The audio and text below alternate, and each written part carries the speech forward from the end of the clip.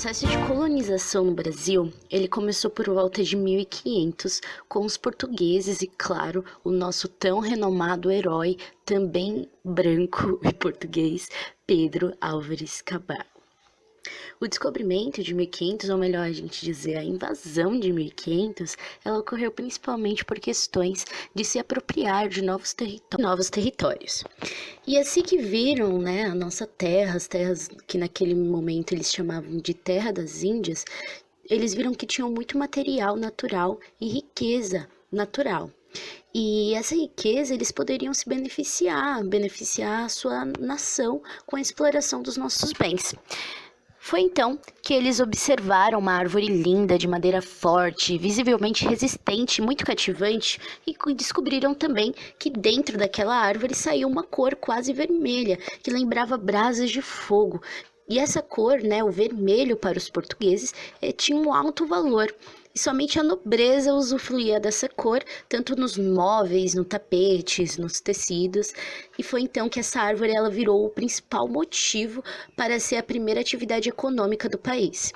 Então denominaram a árvore de pau-brasil. A extração dessa madeira foi a atividade mais fácil para os colonizadores, até porque quando eles viram que aqui tinham pessoas nuas, de pele não branca e que não compreendia a linguagem portuguesa, eles pensaram, vamos se apropriar dessas pessoas também, né?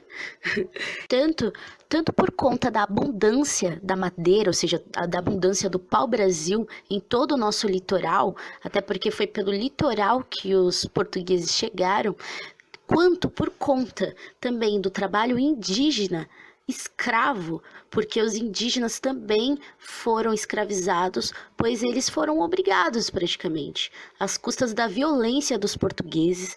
Alguns indígenas também chegaram a morrer e também a troca de produto fizeram com que o pau-brasil fosse a melhor alternativa para a exploração e, posteriormente, a colonização das nossas terras brasileiras. Depois desse episódio de exploração de recursos e das imensas cartas e tratados trocados entre Brasil e Portugal e alguns acontecimentos históricos, foi se instaurando aqui no Brasil uma nação portuguesa.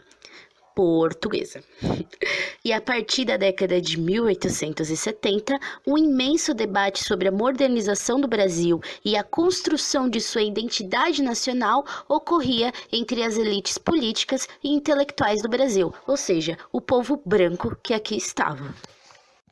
Contudo, podemos ver que, embora o Brasil tenha uma população consideravelmente miscigenada e transmite para o mundo uma imagem de sociedade tolerante e acolhedora, a partir da década de 1870, um intenso debate, como eu havia dito, ocorreu aqui sobre a modernização do Brasil e a construção da sua identidade nacional.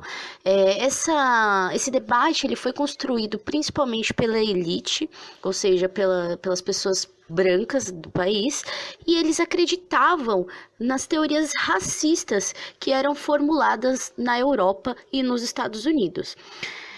E era conveniente para a elite branca aqui do Brasil acreditar, né, nessas teorias racistas, até porque seria possível legitimar e naturalizar as hierarquias sociais que tinham aqui no Brasil, mesmo depois do final da escravidão. Então, a gente está falando aqui de um episódio que ocorreu depois da escravidão, quando, entre aspas, os negros eram livres. Mas já que o país era constituído, em sua maioria, por uma população não branca, ou seja, os negros, indígenas e mestiços, a elite ela sabia que aceitar essas teorias que então eram consideradas científicas, que eram essas teorias que defendiam a superioridade do homem branco e afirmavam também que a miscigenação entre as diferentes raças humanas podiam causar degeneração, significaria admitir que a nação brasileira, em sua maioria, era composta por uma população racialmente inferior. Então, eles tinham que superar esse obstáculo de alguma forma. E foi daí que foi formulado no Brasil uma reinterpretação endógena dessas teorias estrangeiras em 1911.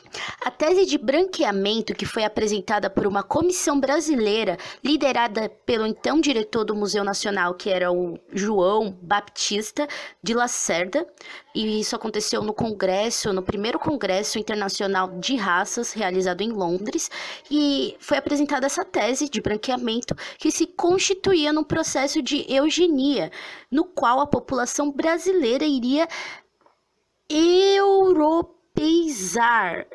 Eles queriam transformar o Brasil numa Europa, e eles fizeram isso com essa tese a partir de 3 fatores: o influxo de imigrantes europeus para o Brasil e estímulo à miscigenação de pessoas.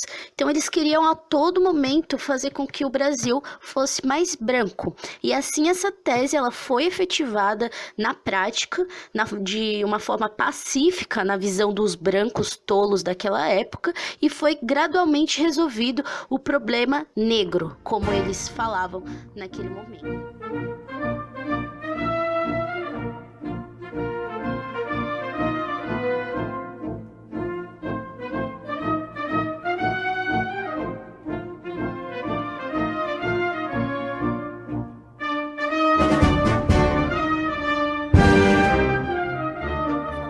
Sobre o momento histórico em que a resolução foi criada. Um dos momentos mais relevantes no rol de acontecimentos da época foi a eleição do presidente Luiz Inácio Lula da Silva, o Lula lindo e livre para os índios. O novo governo trouxe novas pautas com relação à grande desigualdade social que assolava o Brasil na época, e muito em relação à questão de raça. Em 13 de novembro de 2002, a partir da Lei nº 10.558, criou-se o programa Diversidade na Universidade.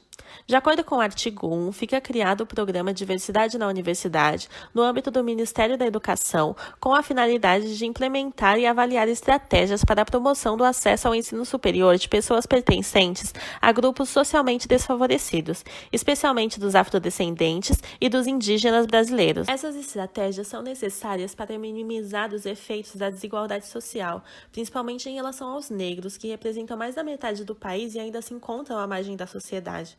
Nós temos uma dívida histórica com o nosso próprio povo, que é negro, devido aos anos de escravidão, que na prática ainda não acabaram. Dessa forma, era necessário fazer algo. A gente não via e quase não vê negro no topo da pirâmide, negro tendo cargo alto nas grandes empresas, negro sendo dono do poderio destinado, entre aspas, aos brancos. Não víamos e quase não vemos, pois não houve reinserção depois da escravidão. Assinaram a lei, mas não assinaram a carteira de trabalho.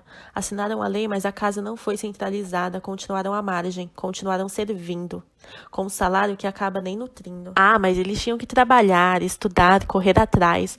Meritocracia. Mas como estuda? Como estuda de barriga vazia? Como estuda quando a opção é comprar um caderno ou 1 quilo de arroz? Em 2001, a estimativa de negros na universidade era de 10%. Mas aí fica o questionamento. Como chega lá quando não se tem nem a oportunidade de enxergar a linha de partida? Tivemos mais alguns pontos que são necessários citar. Um deles é o Fome Zero, projeto que visava sair do papel em 2003. A iniciativa se deu com o objetivo de combater as causas estruturais de fome e de pobreza, assegurando que as pessoas tivessem de fato o que comer. Outro dado que chamou a atenção em relação ao período foi uma das piores estatísticas do Enem até aquele momento. 74% dos alunos foram reprovados, na escola pública 84,5%, demonstrando a fragilidade que estávamos enfrentando no momento. Com esses exemplos, a gente consegue ver que o foco da época era justamente arrumar a bagunça que estava em casa, tentando colocar todo mundo no mesmo banquinho, ajustar para nivelar, ou tentar, no caso. O momento era propício. Era a virada do século. Com tudo que foi exposto até agora, nós precisamos aceitar e entender o contexto em que estamos inseridos.